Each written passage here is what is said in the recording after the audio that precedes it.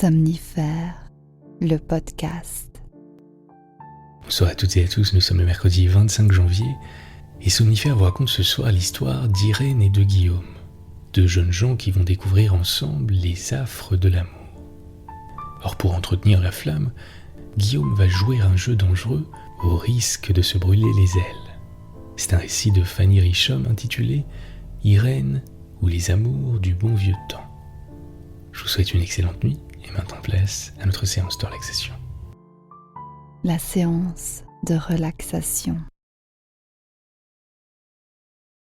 Je vous laisse vous mettre à l'aise, fermer les yeux et vous autoriser à laisser tout le quotidien de côté.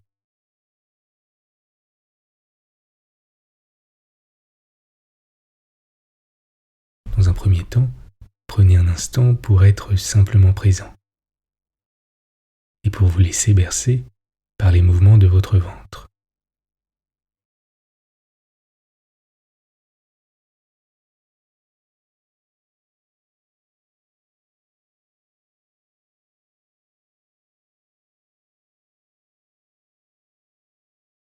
Laissez votre poitrine se soulever à l'inspire et se baisser à l'expire.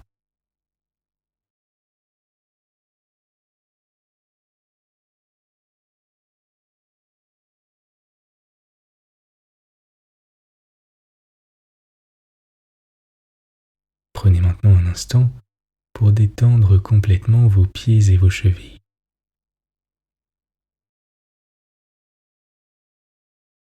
Et portez à présent votre attention sur les orteils de votre pied droit.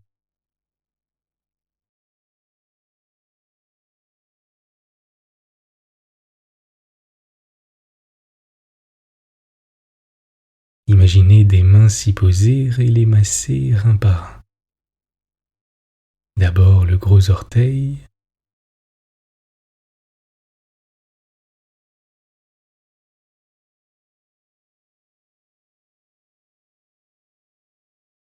puis le second,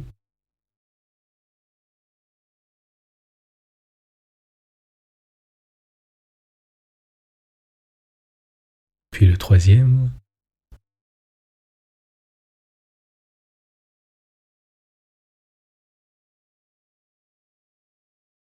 le quatrième,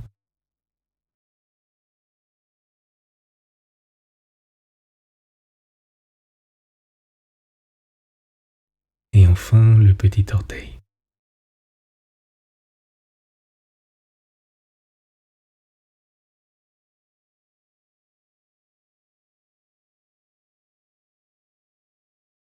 On passe maintenant au pied gauche, d'abord le gros orteil,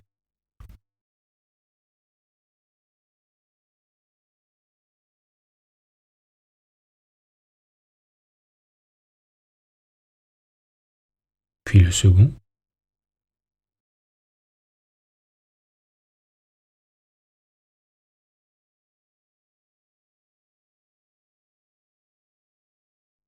le troisième,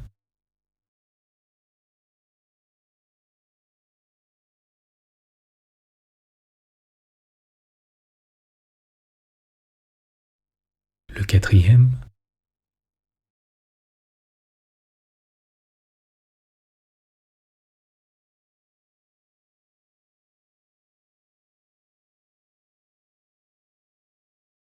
et enfin le petit orteil.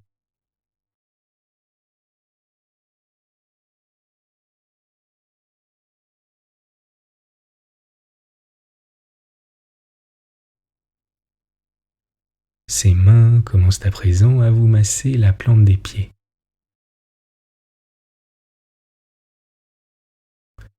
Délicatement,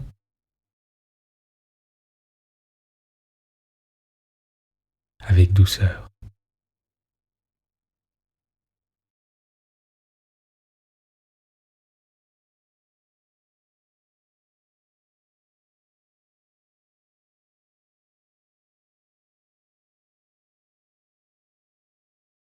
En effectuant de petites pressions légères et agréables.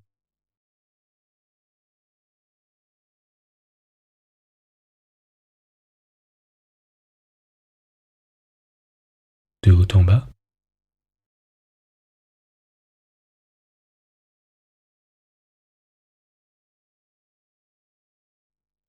puis de bas en haut.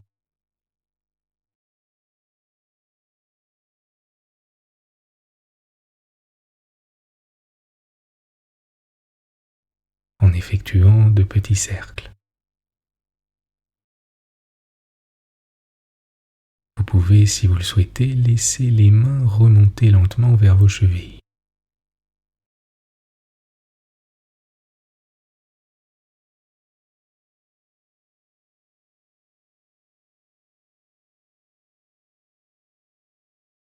Continuez d'observer avec curiosité vos sensations et concentrez à présent votre attention sur votre respiration.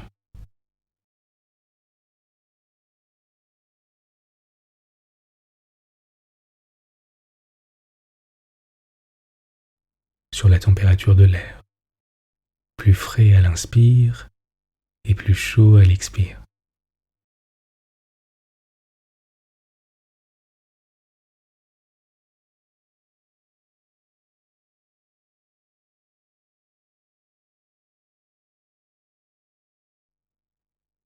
Pendant la prochaine minute, ne faites rien d'autre que d'être curieux des sensations ressenties et laissez-vous simplement bercer par votre ventre, qui monte et qui descend.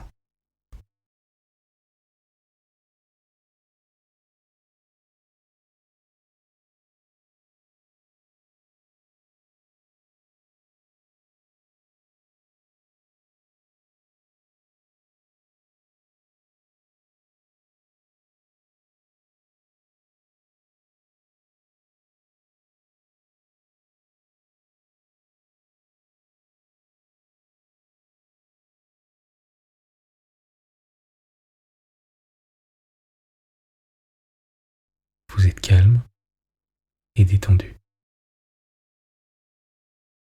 L'histoire du soir. Ah, comme on aimait bien jadis, et qu'il était grand l'empire des belles dans le bon vieux temps. Alors la dame de vos pensées pouvait d'un mot vous envoyer en pèlerinage à Jérusalem, vous réduire au silence pendant de longues années, et puis au bout de quelques 10 ans, pour récompense, vous obteniez sa main chérie. Il est vrai que sa tendresse ou sa juste colère pouvait aussi, par circonstance, exiger de cruels sacrifices. Par exemple, vous obliger à vous crever un œil, à vous arracher une touffe de cheveux. Quand on aime, il ne faut pas y regarder de si près. D'ailleurs, qui se soucie de ces bagatelles? En revanche, quelques barbares châtelains enfermaient parfois sa colombe dans la tourelle. Mais aussitôt, 100 chevaliers surgissaient pour la défendre, et la lance au poing venait pour fendre le tyran peu délicat. Le temps où l'on se dévouait ainsi avait bien son mérite, convenez-en, mesdames. Aujourd'hui, quelle serait la puissance de celle à qui l'on sacrifierait la fumée d'un cigare? Ce siècle était l'âge d'or des femmes. Aujourd'hui, c'est l'âge de fer. Toutes les belles alors étaient-elles donc fidèles? Pas toujours. On voyait bien par-ci par-là des maris trompés, des chevaliers félons, des pages, des troubadours heureux et inconstants, des jouvencelles abandonnées. Mais une éclatante punition faisait toujours justice du coupable. Or écoutez, je veux vous conter une histoire de ce temps-là. Il y a fort longtemps, vivait Guillaume, noble châtelain des environs de Montpellier. Guillaume avait juré amour et foi à la belle Irène, veuve à 20 ans du vieux seigneur de Joviac. Irène aimait Guillaume, le lui disait souvent, le lui prouvait peut-être, attendant avec impatience le moment de remplacer ses longs voiles de deuil par les riches atours qui partent une belle fiancée. Depuis la mort du vieux seigneur, Guillaume avait franchi bien souvent la distance qui séparait Montpellier de l'antique manoir de Joviac. Monté sur son destrier, seul avec l'image d'Irène, l'amour lui dérobait les dangers auxquels il s'exposait. Chevauchant par monts et par vaux, tantôt il rompait une lance contre un chevalier discourtois, tantôt poursuivi par des voleurs, quelquefois même par des fantômes. Il avait à lutter non seulement contre les vivants, mais encore contre les morts et les démons. C'était, je le répète, un beau temps que celui où le regard d'une belle, où la moindre de ses faveurs donnait le courage de résister même aux enchantements. Quelquefois, Guillaume avait pour compagnon de voyage le beau Pierre de Barjac, son ami. Pierre aimait Aloïse, cousine d'Irène. Aloïse l'aimait de son côté. Mais Aloïse était coquette autant qu'Irène était tendre et sincère. Aussi les conversations des deux amis se passaient-elles souvent en plaintes de la part de Pierre et en douces confidences de la part de Guillaume. Un jour, ou plutôt je crois par une belle soirée de mai, tous deux cheminaient lentement. Ils revenaient de Joviac. Le souvenir les plongeait tous deux dans une vague rêverie. Un vent tiède et léger, imprégné de parfums enivrants, un ciel couleur d'opale, de rubis à l'horizon, et la lune argentée commençant son voyage au travers d'étoiles scintillantes, tout cela était un beau spectacle. Mais en vain la nature déployait son luxe, étalait ses merveilles. Nos amants ne voyaient pas dans ce riant paysage les deux figures qui, seules à leurs yeux, pouvaient l'animer. Ils laissaient errer à l'aventure leurs nobles coursiers.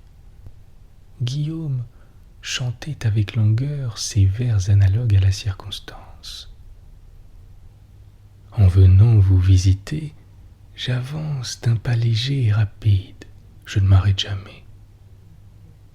Mais lorsque je vous quitte, je marche d'un pas lent, je suis occupé de l'image de vos charmes.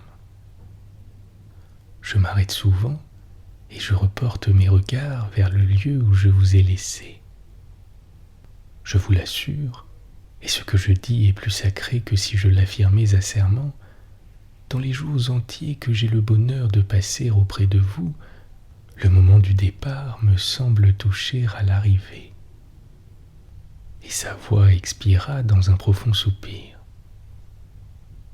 Tout à coup, Pierre rompt le silence. Quel est, dit-il à son ami, le plus doux plaisir de l'amour? Mais, répond Guillaume en se rappelant ses propres sensations, le premier je t'aime, ce mot dit en tremblant, alors qu'on veut le taire. Bah, répondit l'autre, j'en connais un plus charmant encore, devine. Le premier baiser que la pudeur repousse, ce baiser qui vous fait recueillir une âme tout entière sur les lèvres d'un objet aimé. N'est-ce pas le bonheur suprême? Non, pas encore, répondit Pierre. Et Guillaume rougit en pensant à ce qu'il pourrait dire. Il ouvre la bouche, hésite, se rappelle ses serments, car alors on tenait ses serments. Il soupire, se tait, aimant mieux perdre son renom de galant chevalier que de trahir les secrets de sa dame. Eh bien, dit Pierre en riant, puisque tu ne le connais pas, je vais t'apprendre moi le plus doux plaisir de l'amour. C'est le raccommodement. Quel charme il y a dans ce mot. Quelle piquante volupté l'on retrouve dans ces caresses qui déjà vous semblaient languissantes. La crainte de les avoir perdues sans retour leur rend leur première vivacité. L'amour offensé ressemble à la pudeur. Comme elle, il se défend. Mais désarmé, ses faveurs sont plus tendres, plus passionnées. Qu'il est ravissant ce regard brillant au travers de douces larmes.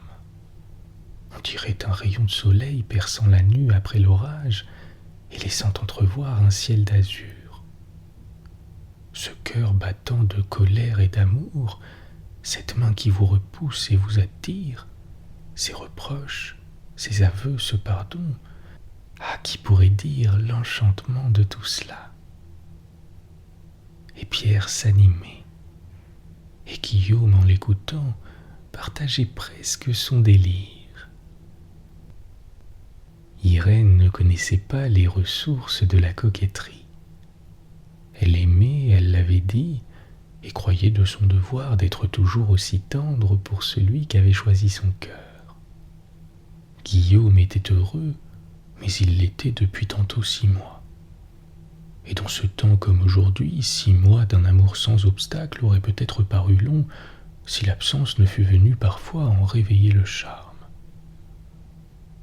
Guillaume adressa à son ami une foule de questions auxquelles Pierre répondit par de séduisants tableaux. Il peignit son Aloïse avec de si vives couleurs que ses défauts même parurent charmants à Guillaume. Pauvre Irène, votre image était bien pâle à côté de celle de la sémillante Aloïse. Et Guillaume soupira. Que sais-je?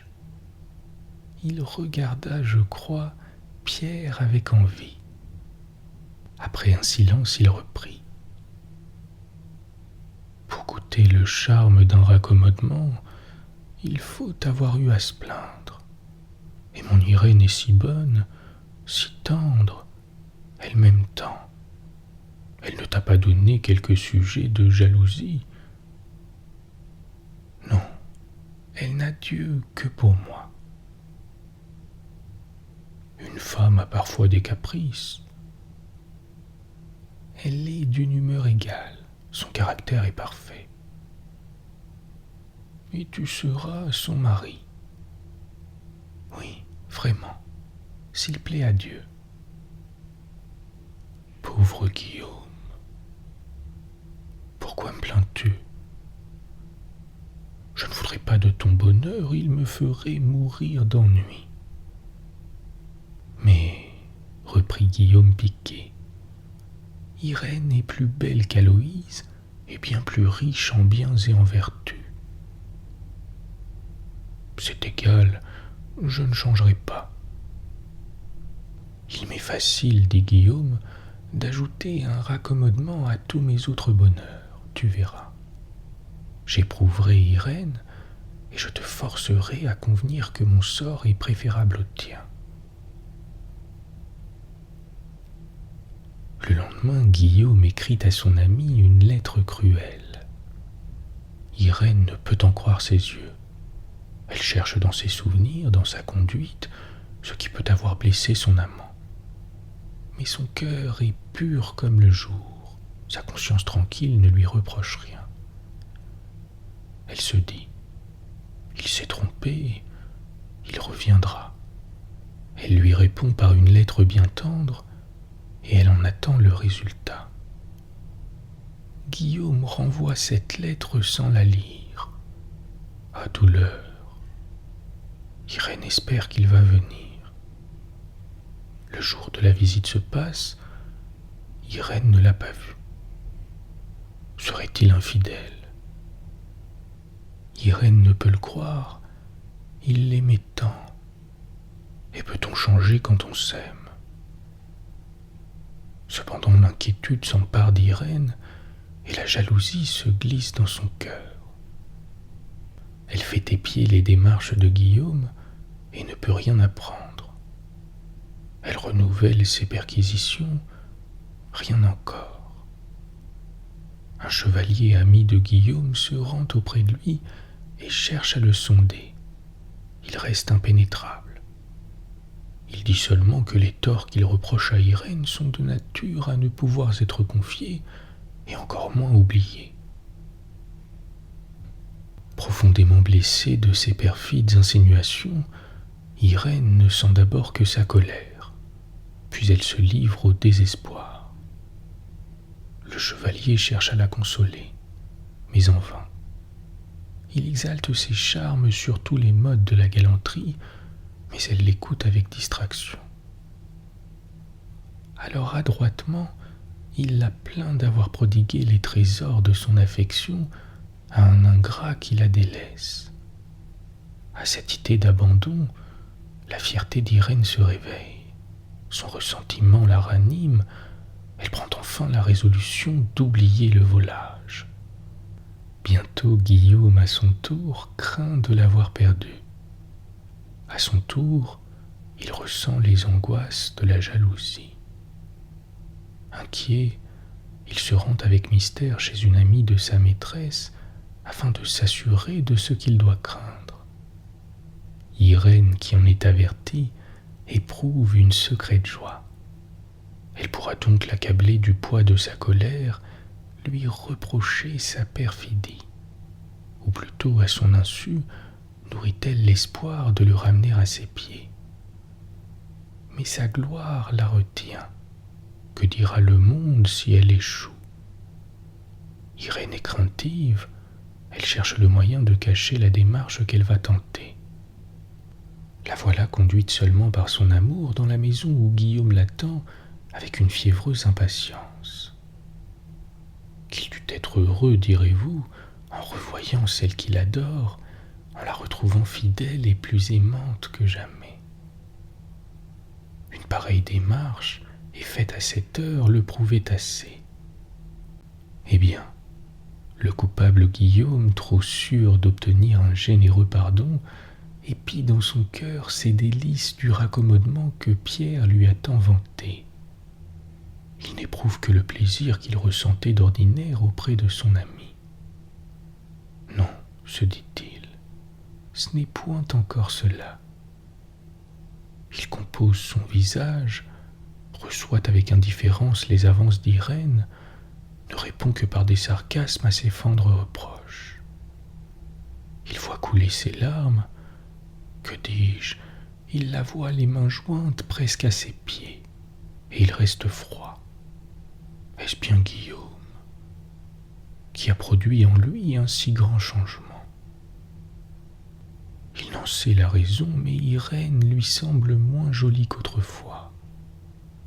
Elle est là en suppliante, il n'a qu'un mot à dire pour la rendre au bonheur, et ce mot il ne peut le prononcer, sa bouche s'y refuse. Étrange bizarrerie du cœur humain.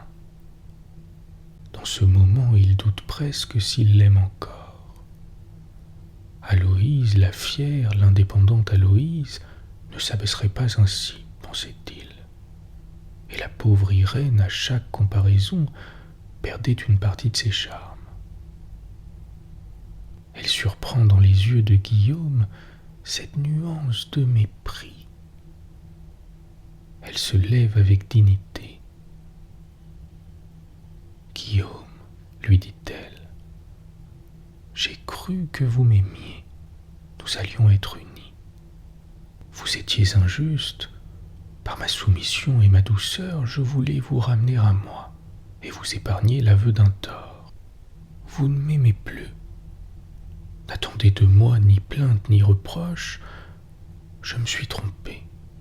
Adieu. »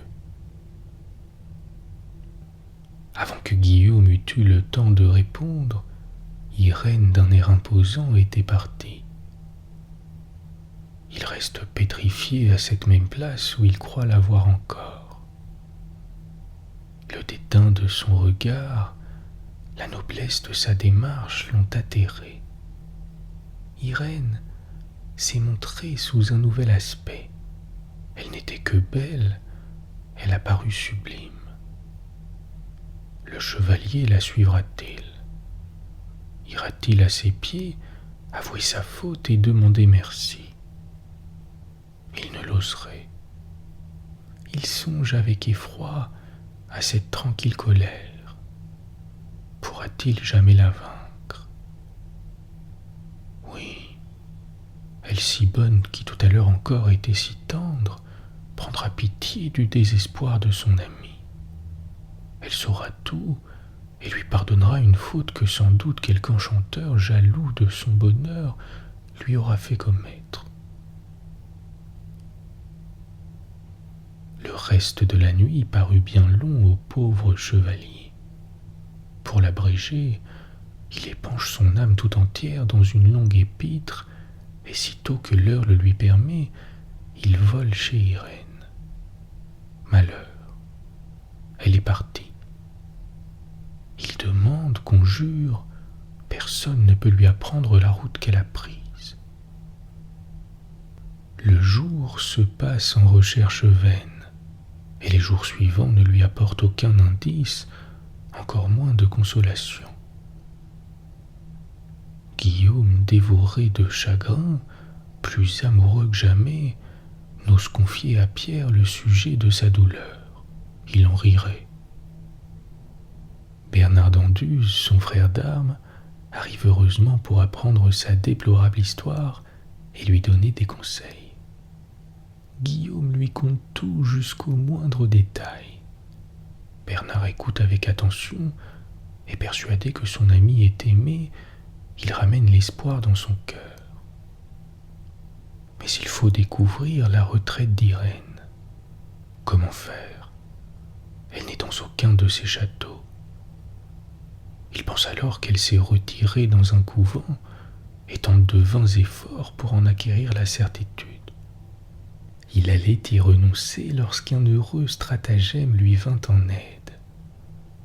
Bernard fait cacher son ami, répand le bruit qu'il est atteint d'une maladie aiguë et cruelle, et va demander pour lui des prières à tous les couvents des alentours. Il ne manque pas de causer avec les tourières, leur dit en confidence l'état désespéré du chevalier, que le repentir et l'amour conduisent au tombeau, et qui voudrait avant de mourir le pardon de celle qui l'offensa. Ces paroles passant de bouche en bouche arrivent aux oreilles de celles pour qui elles étaient dites, et cependant ne parviennent pas à la tirer de sa retraite. Bernard d'Anduze frappe un dernier coup, il fait proclamer la mort de Guillaume. Irène, incrédule d'abord, vaincue par ses propres sentiments, sent évanouir sa colère.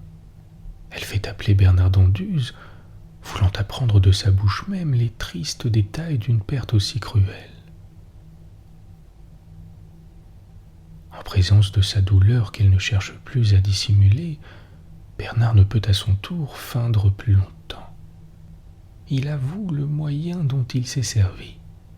Il exprime avec chaleur le désespoir et le repentir de son ami.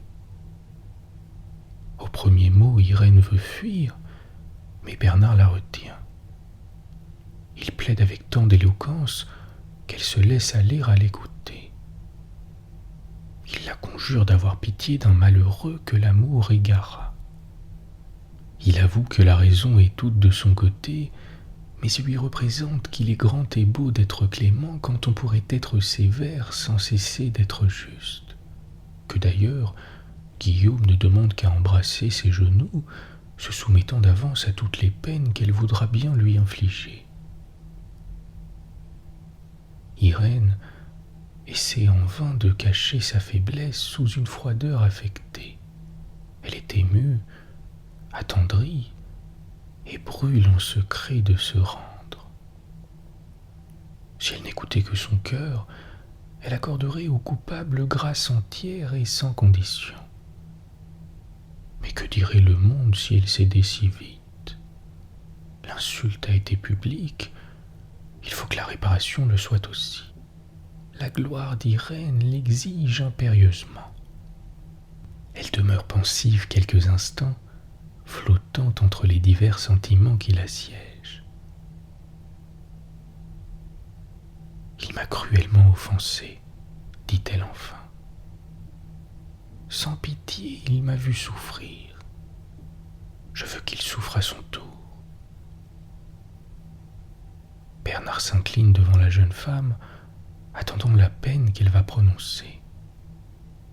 Elle rêve. Eh bien, dit-elle, je lui pardonne, mais il me sacrifiera une de ces dents si belles dont j'admirais souvent l'éclat. Je la garderai comme un monument de sa faute et de ma faiblesse pour lui. Cette dent, il me la portera lui-même et l'accompagnera d'une chanson dans laquelle il exprimera son repentir. C'est en vain que Bernard se récrie contre la sévérité de l'arrêt.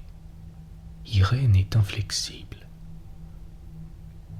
Ne m'a-t-il pas dit souvent, répliquait-elle, qu'il ne tenait aux avantages de sa personne que pour me plaire, que mes yeux étaient le seul miroir dans lequel il désira se contempler. En renonçant à une de ses perfections, qui désormais, si je lui fais grâce, ne doivent exister que pour moi, il me prouvera la sincérité de ses serments. D'ailleurs, je lui promets que mes yeux lui renverront son image plus charmante que jamais, ainsi qu'elle se peindra dans mon cœur après cette preuve touchante de son servage. Guillaume s'estima trop heureux d'en être quitte à ce prix. Il se fit bien vite arracher une dent. Il ne marchanda point, ce fut la plus en vue et la plus jolie. Il composa la chanson et ne manqua pas d'exalter en vers pompeux et tendres les éminentes qualités et surtout l'ineffable douceur de sa dame. Bientôt, accompagné de Bertrand d'Anduze, il courut se jeter aux pieds de sa belle maîtresse. L'Adam fut présenté dans une châsse d'argent. À cette vue, Irène fond en larmes, presse sur son cœur la relique précieuse, et quand pour exprimer sa gratitude, Guillaume ouvre la bouche, la brèche qui fit l'obéissance se montre dans sa triste nudité. Irène se jette au cou de son amant et baise 1000 fois la bouche expiatoire. Quelques-uns pensent qu'elle soupira et qu'une larme de regret tomba sur les lèvres du chevalier. Mais la chronique se tait sur ce point. Elle célèbre au contraire l'héroïque sang-froid avec lequel la noble dame contempla cette place démantelée. La chronique ajoute qu'elle demanda gaiement la chanson, l'écouta avec transport, et que le lendemain les amants devinrent époux. Guillaume, dans son délire, disait à Pierre, témoin de son bonheur: « Tu avais raison. Le plus doux plaisir de l'amour est le raccommodement. Dut-on l'acheter au prix de sa vie ?» Quelques-uns de nos jours diraient avec le proverbe espagnol « Más vale un diente que un diamante » Mieux vaut une dent qu'un diamant. Bonne nuit. Bonne nuit.